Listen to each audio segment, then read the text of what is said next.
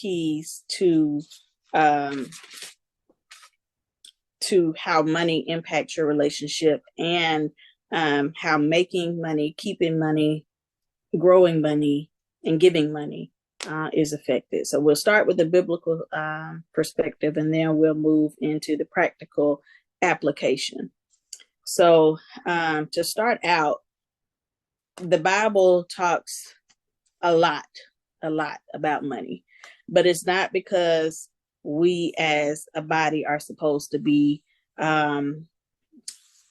being pimped by the church, to put it bluntly. But it's because money is required in order for the church to run. Money is required in order for us to be able to be charitable towards each other. And it also oftentimes shows the condition of the heart. How you handle your money, how you handle other people, things like that. And so money is very, very frequently mentioned in the Bible. So starting with the way to increase wealth. Now, I'm not going to read all the scriptures, but I am going to give you scriptural reference. So if you want to take notes, feel free to do so. But the first thing, like I said, the way to increase wealth, number one, is to work. Sounds like common sense, but the Bible even had to make it plain and say that a man that doesn't work doesn't eat. And so, number one, you have to work for it. There's no easy way. There's no get rich quick. You have to put in work. And that was even part of the original curses when Adam and Eve partook of the fruit. He said that Adam would have to work the land. That was a consequence of the original sin. And so we have to till the land in order to make things grow, including our finances. And then you have to live righteously. And that's Proverbs 21 and 21. Now, as I said, the Bible is full of scripture regarding money, but these are just some that stuck out to me. But living righteously is a way to increase your wealth because it brings favor. When you have submitted your life to Christ, He will bless the things that you lay your hands to. So yes, you might work hard, but you may not have to work as hard with the help of the Holy Spirit. And that comes with that living righteously. But then the way to maintain your wealth, so this is after you make it, this is how you keep it. The way to maintain your wealth is to save it. Put some in a savings account. Establish whatever means that you have to save your money. If you don't trust banks, lock it up somewhere safe. But save some money. Proverbs 21 and 20 talks about saving money. It talks about how we will miss out.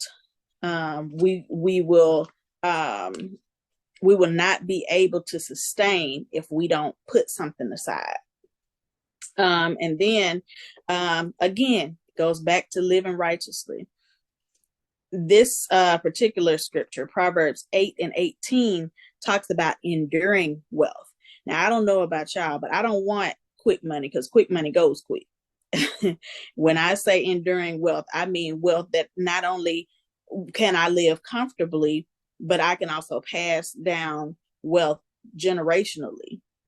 And so in order to achieve that, in order for God to bless that, you have to live righteously. Now, all of us know somebody that's not living righteously, and they have way more money than we do. And, you know, the Bible even talks about not being jealous of people like that, because they'll get their due reward in the end. And that due reward for them is actually a punishment. It's actually a consequence. And so we have to be careful that we don't envy the way somebody else is living or the way that they obtain their riches. Then the way to grow your wealth is to sow. And so when you sow, we have Malachi 3 and 8, Matthew 23 and 23, Luke 11 and 42. Now, Malachi 3 and 8 is more about not withholding what is owed to God. But it's not just tithing that is a way to sow. Sometimes just seeing somebody on the side of the road, sowing into them, or sowing into somebody else's vision. If they are doing something, it doesn't even necessarily have to involve the church, but if they're doing something that's edifying other people and you sow into that, you're sowing seeds. And anytime you plant something in fertile ground, it will grow. And then when I say to sow, also always be ready to give. And when I say always be ready to give, I'm not saying you have to give your last all the time. What I am saying is have different ways that you can bless somebody. Sometimes you can have a little piece of cash, just enough for lunch, just enough to hand to somebody who may not have lunch that day. Have some other ways that you can bless people. Carry your seeds so that you'll be ready to plant. And then another thing that I want to say about this, a lot of times we give what we don't have. Now, that's different when that's a faith step. If you're giving a loan, I would advise against loaning to family or friends or anybody close to you, because that can destroy a relationship. So when you loan, in your mind, it should really be a gift. It should really be something that if they never repay it, it's not going to cost the relationship. And it's not going to cause you to look negatively upon them. The Bible talks about us being lenders and not borrowers. So being a lender in and of itself is not a bad thing. That just means you have enough extra that you can help somebody else.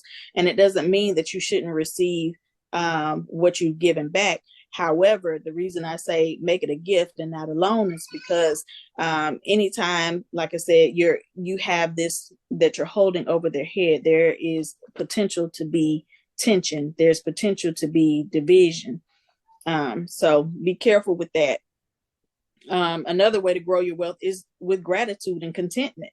Anytime you are happy with what you have and you're content with what you have, that positivity breeds positivity. It breeds your ability to obtain more because you're grateful for what you have. God sees your appreciation and he can trust you with more. The way to give wealth is, again, you have to tithe. And I know that this can be a controversial topic in and outside of the church. But the reason it's controversial is because a lot of people say that after Jesus came that we're no longer instructed to tithe, but we're instructed to give liberally. You're supposed to give liberally regardless. But the reason I say tithe is because the New Testament didn't do away with the Old Testament. And specifically in Matthew 23:23 and Luke 11:42, I believe Jesus was rebuking the Pharisees, and he was saying that you're paying your tithes and you think you're doing something, but you're neglecting to do other things. And he said, yes, continue to tithe, but don't neglect the other things. So when he said, yes, continue to tithe, to me, that says that tithe is something that he desires for us to continue. Now, whatever your belief is your belief, but that's my interpretation of when he said, yes, continue to tithe. And he used the word specifically tithe and not offering. Offering to me is an extension beyond what you are giving in your tithe. And we should be generous with the church because we understand and find good soil. I'm not saying sow into a church that's robbing people, but find a church or find good ground that you can sow into where you can see the seeds growing and sow into that church, because with your gift, you are able, the church itself is able to bless people in the community that you may not ever touch yourself. So make sure that you're sowing into good ground there. Also, when you're sowing, sow without grudge and without expectation. Now, when I say without grudge, if it's not on your heart, it's better not to even do it. And that applies to when you're just giving something to somebody else, when you're giving it to the church, whatever, the situation is, you shouldn't be giving it grudgingly. But when I say don't give it with expectation, I'm not saying don't give with expectation for your seed to grow. I'm saying don't give with expectation that you're going to receive a whole bunch of benefits from this person and they got to pay you back, or accolades. They're going to speak highly of you. Don't go into it looking for that. Of course, you expect God to repay you as He has promised to, but don't give in order to be greedy, and don't give in order to make yourself look good. And then donating and sharing, 1 Timothy 6:10. Actually, let me go back. Don't be greedy. Don't be greedy. Love of money is the root of all evil, not money itself. We need money to survive, but don't be greedy. Just get what you're supposed to get, share what you're supposed to share, and God will bless it. Like, it's that simple. You don't have to be greedy when you're living right, because God is going to bless you. So those are some keys biblically, but let's go to the practical sense. So how you make money, how you save money, how you spend money, and how you invest money matters. The purpose of money is to survive and to thrive. So on the surviving side, you're paying all your bills, you're paying your obligations, but on the thriving side, you're building. That's where you're increasing, and you're leaving that legacy that we spoke of earlier. But in essence, how you live affects your relationship.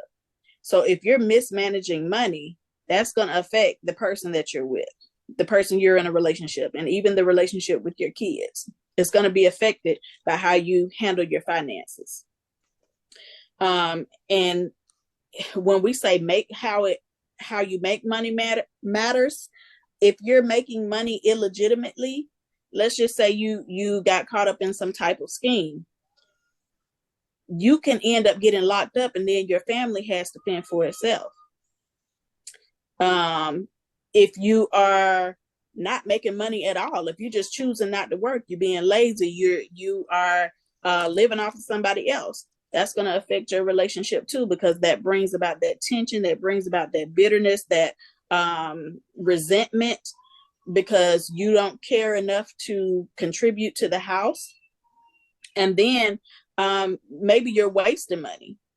Maybe you're spending it on things that don't uplift the house. They might make you happy temporarily, but next thing you know, you don't even use it anymore. It's in the garage collecting dust. You're wasting money, or you're wasting money on things that are temporary, and just they're not helpful. And then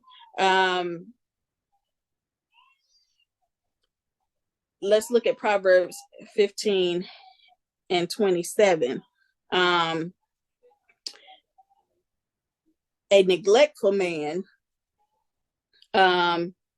is almost, well, let's say like this. 1 Timothy 5:8 says that a man who doesn't work is worse than an infidel. A man who doesn't work is worse than an infidel, not because he can't work, but because he won't work. And a husband who provides financially protects his wife and children. So if you're not providing financially, as a man, specifically this verse is targeted to, then you're not protecting your family. You're leaving them exposed to poverty. You're leaving them exposed to the consequences of your lack of provision. But money should never be used to control. It should only be used to protect. As I said, when you're financially responsible with your money, you are protecting your family from poverty. Now, as I said, I was talking to the men when I said the man who financially protects the family. However, it's not always, and we see this more modern day than maybe in those biblical terms. It's not always that the man makes the most money. And this is not to demean any man who doesn't.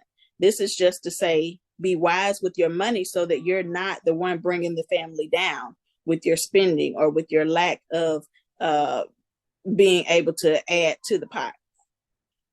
And really, the one who is most disciplined and has the best judgment as it relates to money is the one who should be in charge of the finances, not just making, but managing the finances. So, for instance, if the husband is forgetful, he's probably not the one that needs to be paying the bills. You all should create some type of savings account or a checking account where money can be withdrawn by the wife or by the woman, and she's able to carry on the responsibilities of the house. The person with the most discipline and the best judgment of money needs to be the one that's in charge of the finances. There are no traditional gender roles that are one size fits all. Those are societally based. As we see in the Bible, women have financially contributed to the household, even back in the biblical days. Women contributing is not a modern concept, because the Proverbs 31 woman was a businesswoman. She sold her fabrics, and she had a field. She had things going for herself, even in Bible days. And so it's nothing wrong with a woman contributing to the household. That's not a biblical concept. Now, like I said, the Bible does talk about the man providing, but there's nothing wrong with the woman undergirding and supporting. In fact, she's supposed to undergird and support, sometimes financially, whatever way is needed. The woman is the helpmate to the man. So if my man needs help and he's trying his best, then there's nothing wrong with me going out and adding to what he's doing. And let's just say, for instance, he gets injured. There's nothing wrong with me going out there, making the money and helping support while he is recovering. Let's just say he is trying to get a job and nobody's hiring him. There's still nothing wrong with me contributing until he can get on his feet.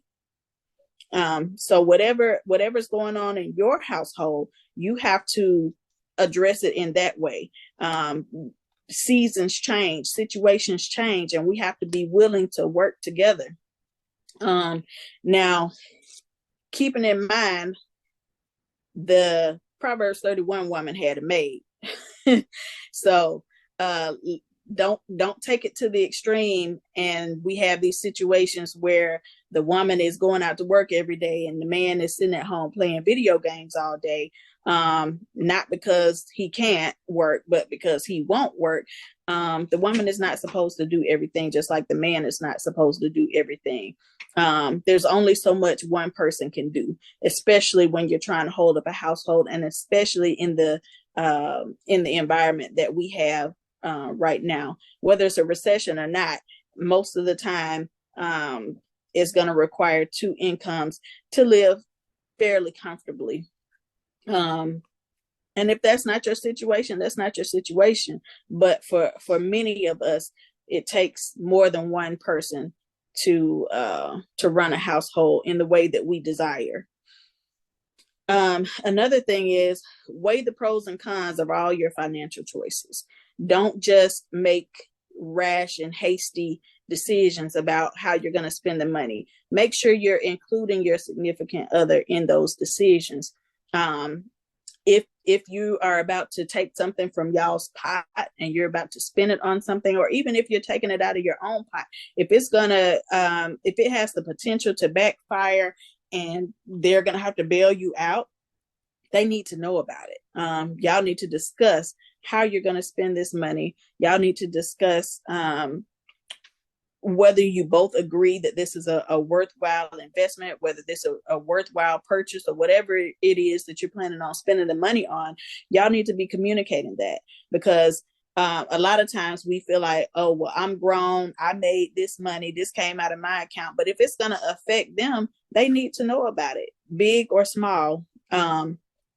Now, that is really more so based on what you agree to do within your relationship.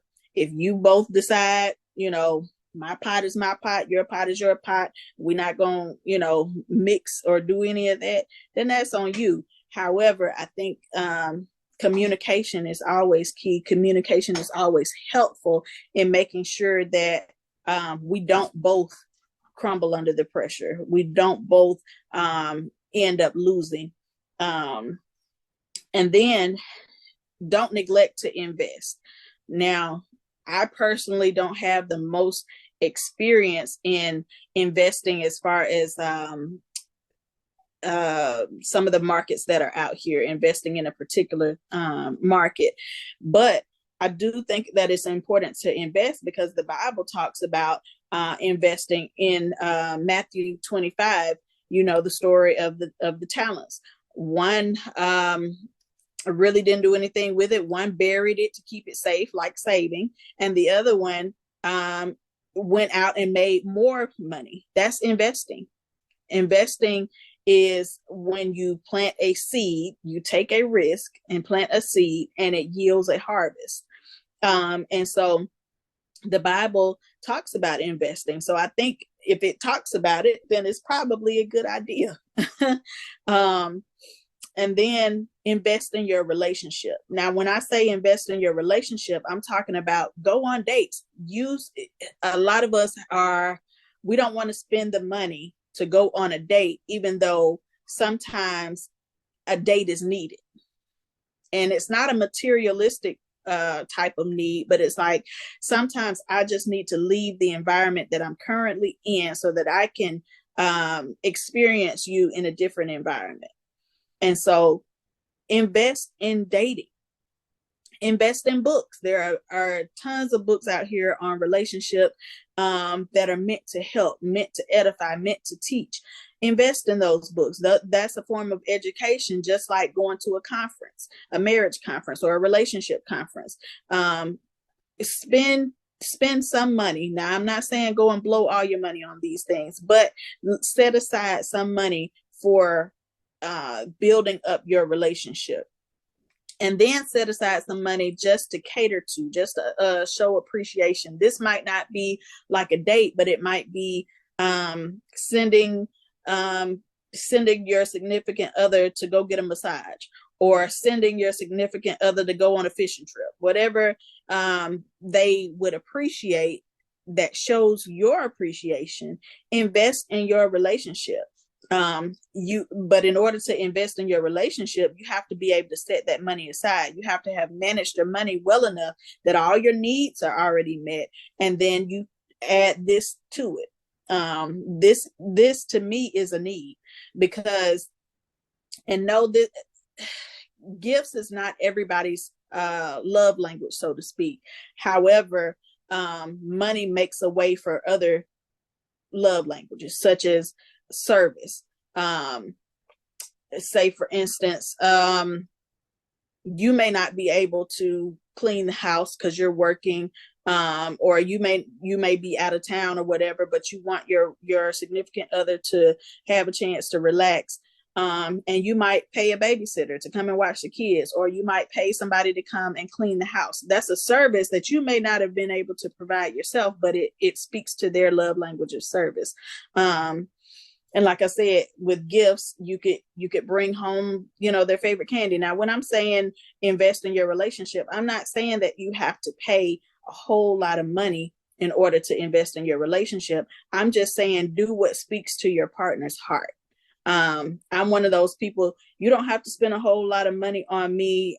You can write me a letter and I will be extremely happy for that letter, and I'm gonna keep it forever.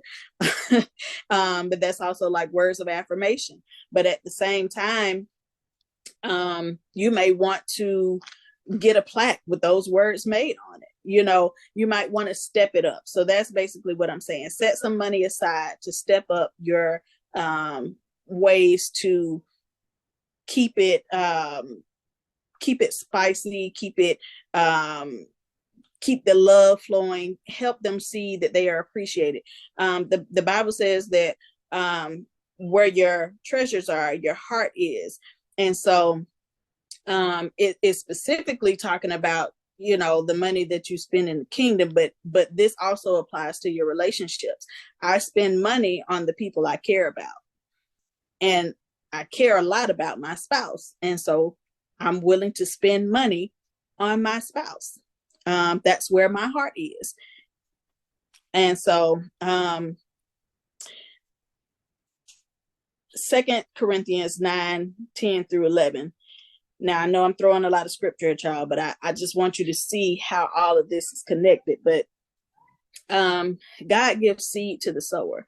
So when you are sowing, like I said, whether you're sowing at your church, whether you're sowing into your coworker who didn't have lunch today, whether you're sowing to somebody on the side of the street, with the sign up, however you're sowing, God is going to continue to give you seed, because if he can trust you with it, he's going to continue to give it to you. And as he gives it to you, you're able to bless your own house, but then also that overflow is able to bless people outside of your house. Another thing is, don't keep secrets. Now, unless the person has like a serious problem, gambling, drugs, spending, addiction, things like that, you want to maintain that open line of communication, like I was saying earlier. Now, the way you divvy up your accounts is totally up to you. It's based on your relationship. I personally feel like you should have, and they may have like some kind of tax debt or something like that causes you to not be able to merge your funds. But let's just say in a good environment where you don't have any of those things going on, I personally feel that you should have a large pot account where you put most of your money into, and then you have a separate one for yourself. Now, as I said, I'm a tither. I believe in tithing. That doesn't have to be your conviction. That's up to you. However, I would say put 80% of what you earn into that large account, the shared account, and then put 10% in tithe. Actually, that comes first. Put your 10% in first, and then you put in your 80% in your shared account, and then you have a savings account that's separate that you put your own 10% in. That's money that you spend however you want to, whenever you want to. Now, my philosophy is, if 10% is good enough for God, it's good enough for me. And so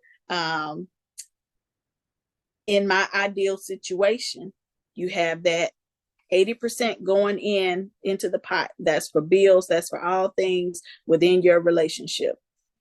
But that 10% is money that you can spend on things that you might want, things that you might see that, you don't want to take out of the budget that is set aside for the bills.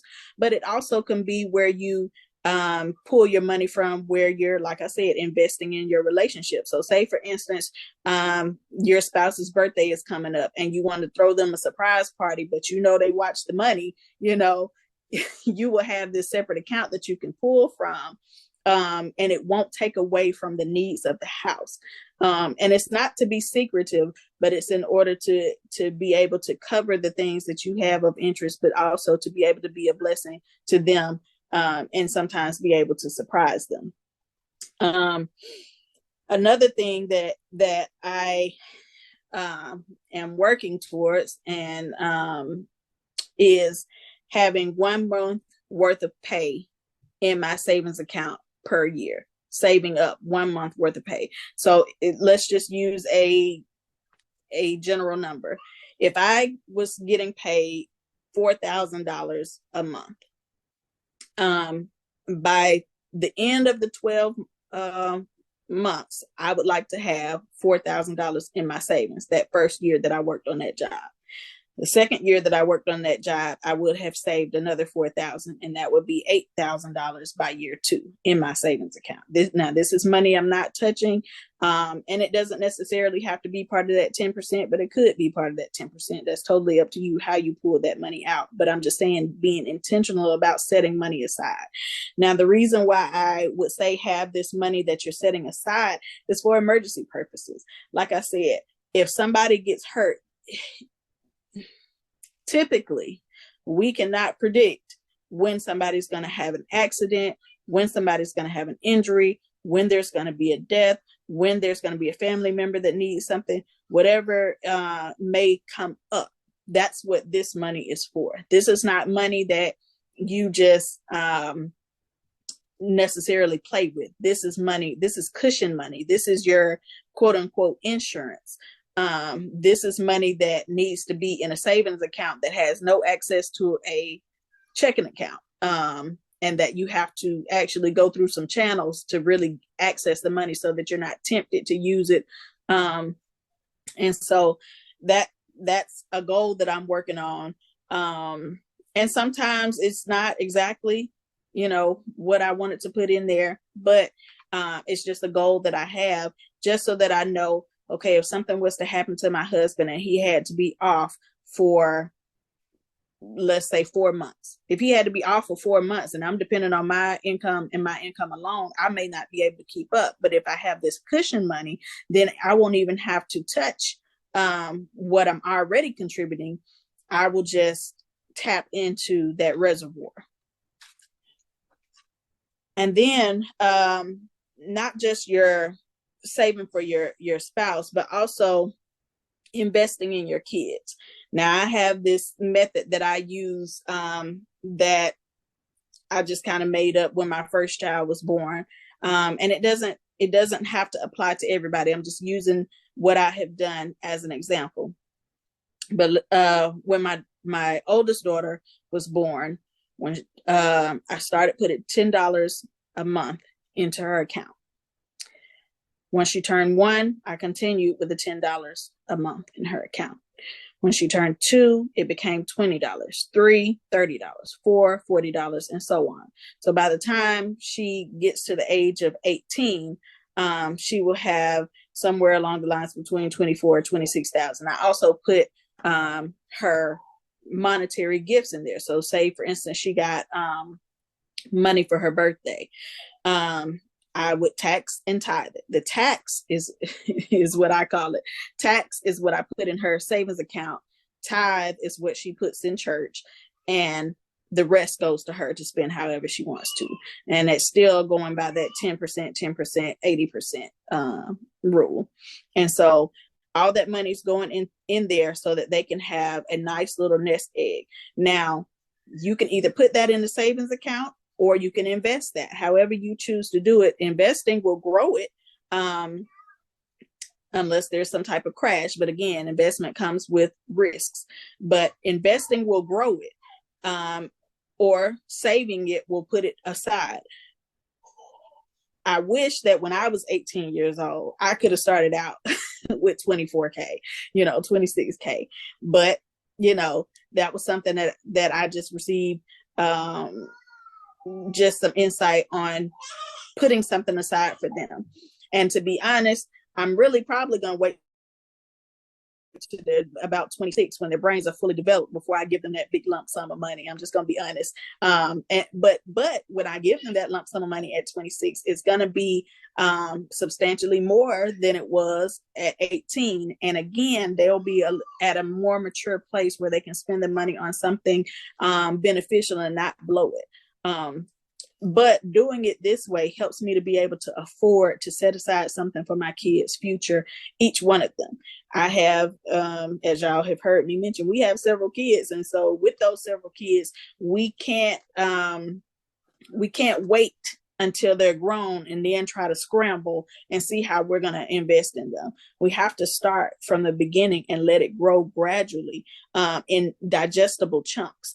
And so that's just something that I do. Again, that's not something that you all have to do, but it makes sense to me. Like I said, had I had that when I was 18 or 26 or whatever, I feel like it would have really propelled me a lot farther, a lot faster. It could be used on college. If I go to the military or something, it can be used to take care of, my affairs at home. It could be a down payment on a house. It could be used to invest in some properties. It could be used for anything once you set that aside.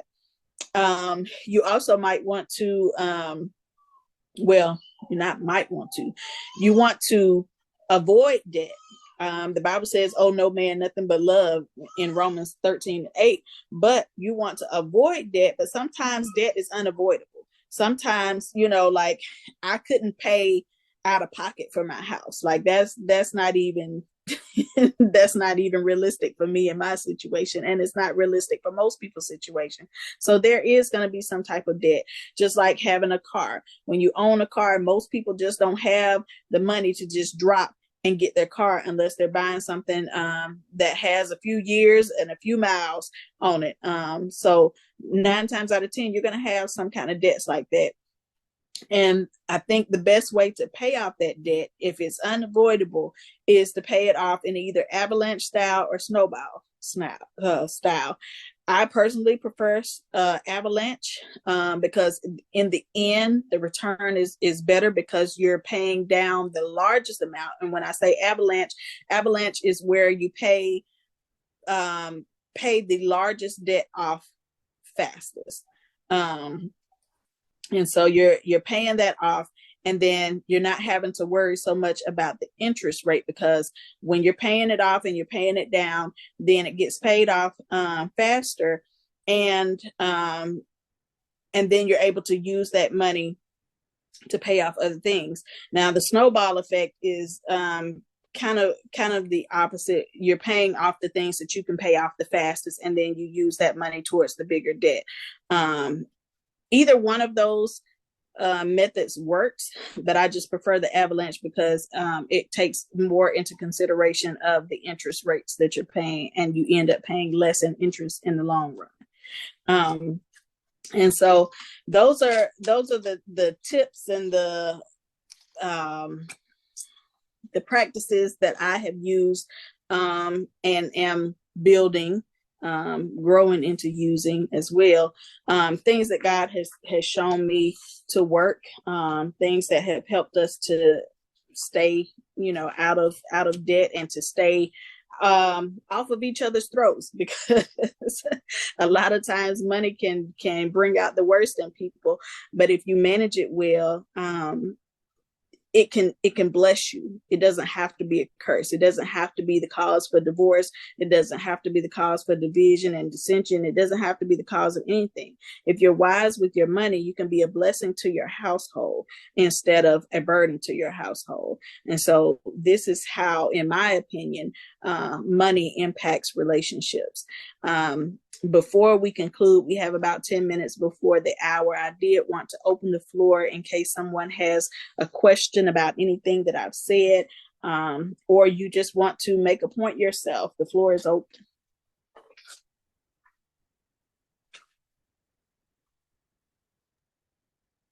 Well, Travaé, I definitely appreciate all of the insight and wisdom that you've shared tonight. I really love how I think the biggest thing that stood out to me was the investment part.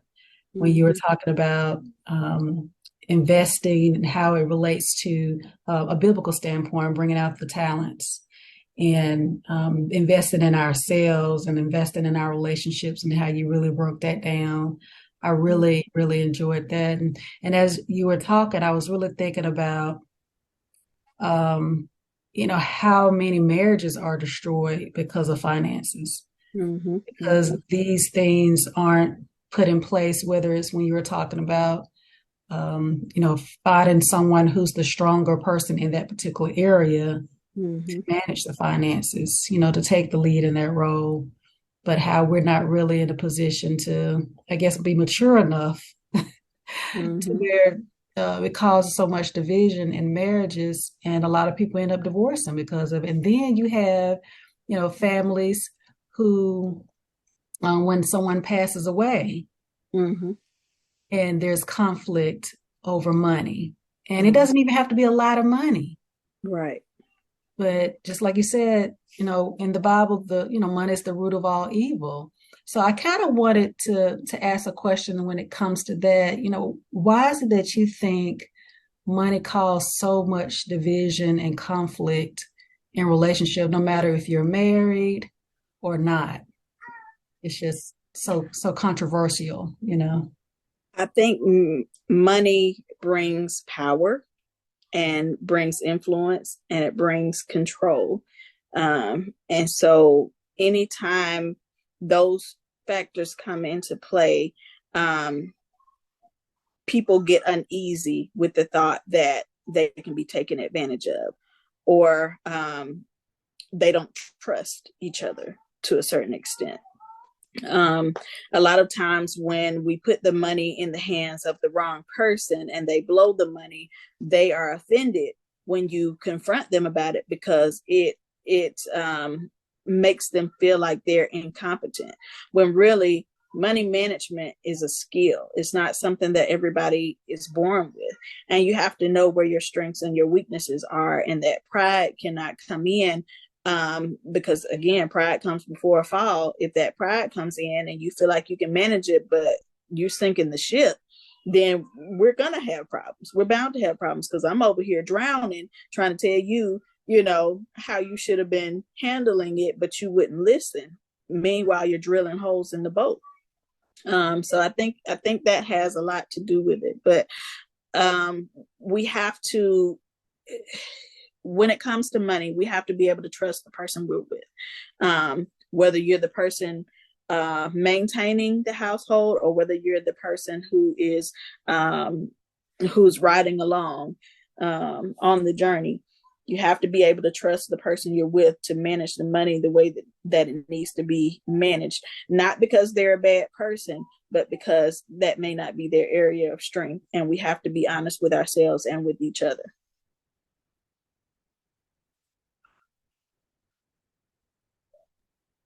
Yeah, trust is a huge thing. And I mean, the more I think about it, that's really what it boils down to.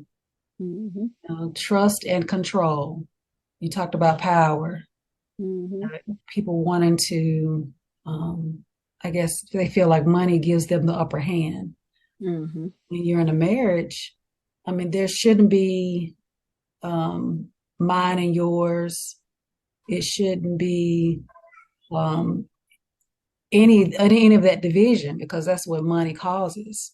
Mm-hmm. And I think that's probably what a lot of people end up doing, is when they're not as transparent. And just like you said, how having all of your funds together, having 80% of your funds in one account, and that way you're managing together and it's visible for everyone.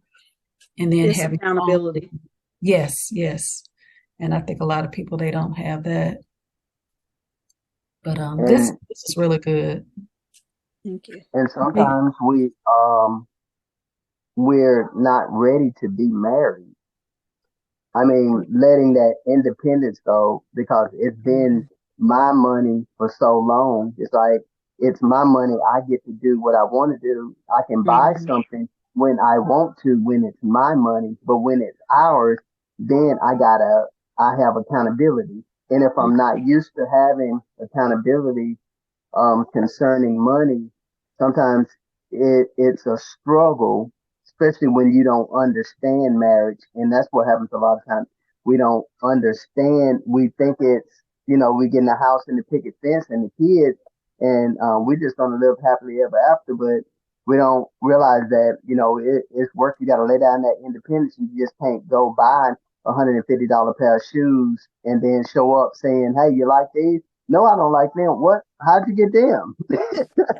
Oh, this is just the money I had put up. You got money to put up. I'm going paycheck to pay. What's going on here? Mm-hmm. And that's the thing that a lot of people we're not ready to be I guess married. I mean, we have this misconception of marriage, like I can still be independent and be married at the same time, but you give up a lot, but you gain a lot. And I think these conversations right here need to be had before we get married. So we really understand that, you know what, we are a team. We need to put some stuff in place because a lot of times the marriages that split up because of money, if this was discussed before, it probably wouldn't have got married. So I think that's why the premarital counseling is really needed because it's going to talk you into getting married or it's going to talk you out of getting married. It's going to make you realize, huh, I ain't ready for this. I got to work a little more.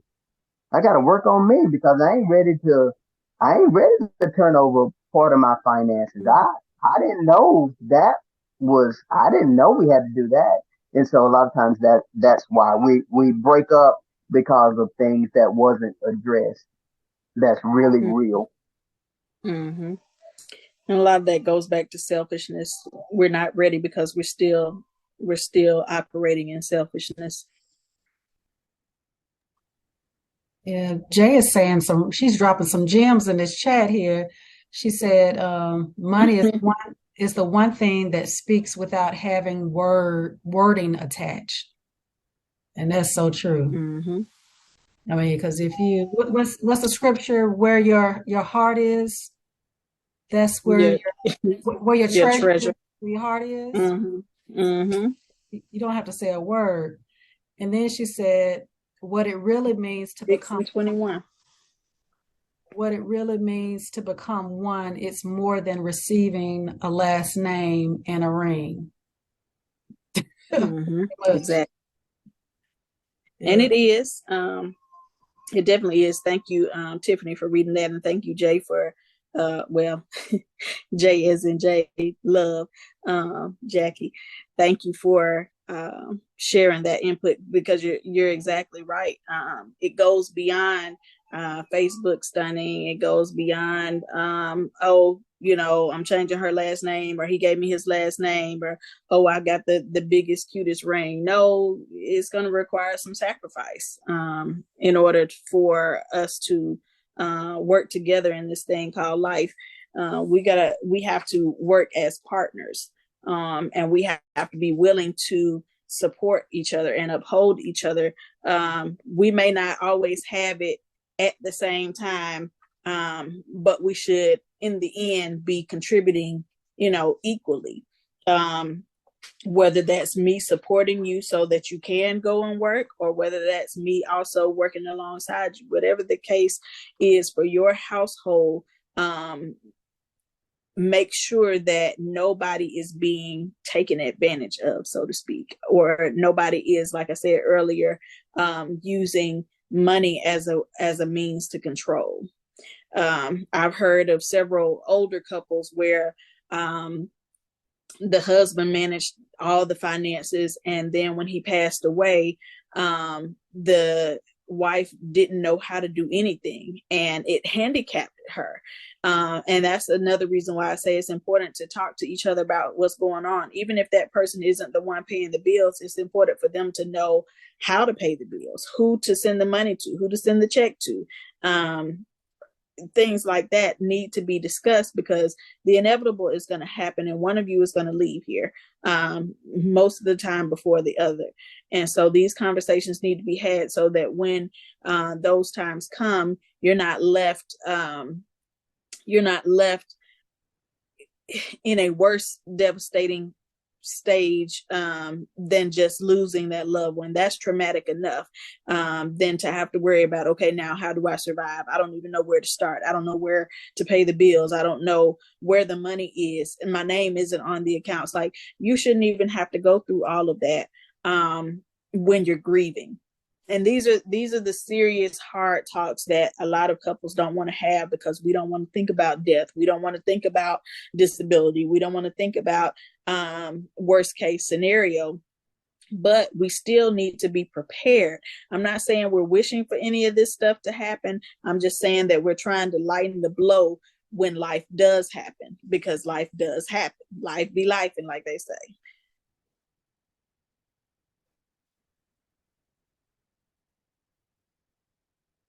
Tony, I don't know if you're able to speak. I know you've been saying some things in the chat, but if you'd like to say something, please feel free to. You don't have to, but you're free to.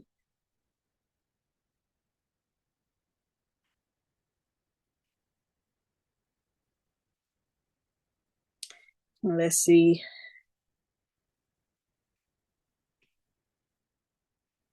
And Jay says she